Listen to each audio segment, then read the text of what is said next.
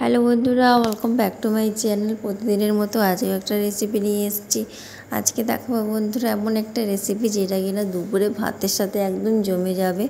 গরম ভাতের সাথে যদি এই রেসিপিটা হয় তাহলে কিন্তু আর কিছুই চাই না। আর একদম সহজ পদ্ধতিতে রেসিপিটা আজকে বানিয়ে দেখাবো, তাই শেষ পর্যন্ত দেখতে থাকো।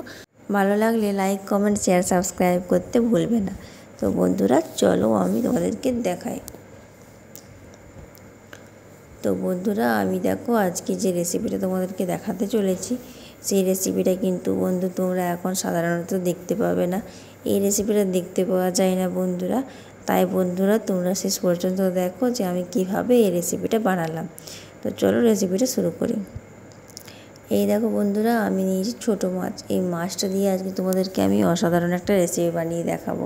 এটা বন্ধুরা এর সাথে নিয়েছি আমি কিছুগুলো আলু, নিয়েছি টমেটো কাটা, ছোটো ছোটো করে টমেটোগুলো কেটে নিয়েছি।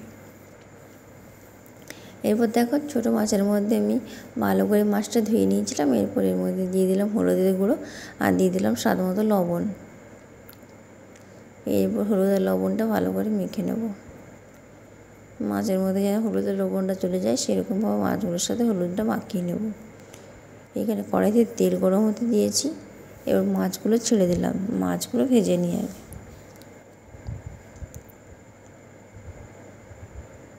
এই দেখো ভাজা হচ্ছে, উল্টে নিচ্ছি বন্ধু। একদিকটা হয়ে গেছে তাই আর একদিকটা উল্টে নিচ্ছি।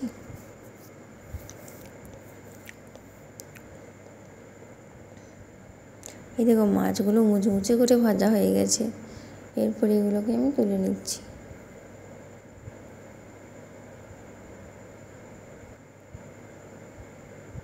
এই দেখো মাছ ভাজাগুলো তুলে নিয়েছি।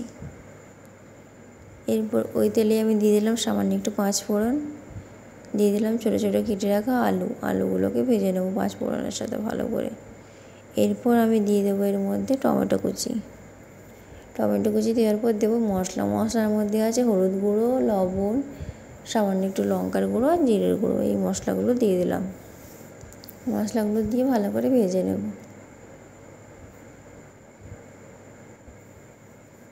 এই দেখো ভালো করে ভেজে নিচ্ছি।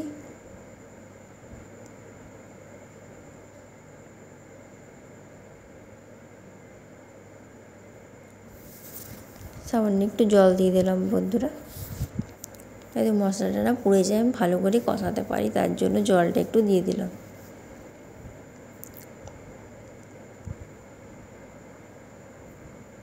এই দেখো মশলাটা কষানোর পর আমি এর মধ্যে জল দিয়ে দিলাম।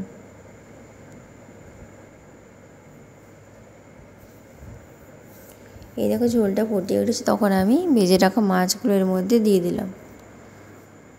এই দেখো বন্ধুরা জলটা একটু কমে আসলে আমি নামিয়ে নেব। তো বন্ধুরা আমি এটা জলটা কমে আসলে নামিয়ে নেব। তো তোমরাও ভুলবে না যে তোমাদের কেমন রেসিপিটা হয়েছে সেটা জানাতে একদম ভুলবে না।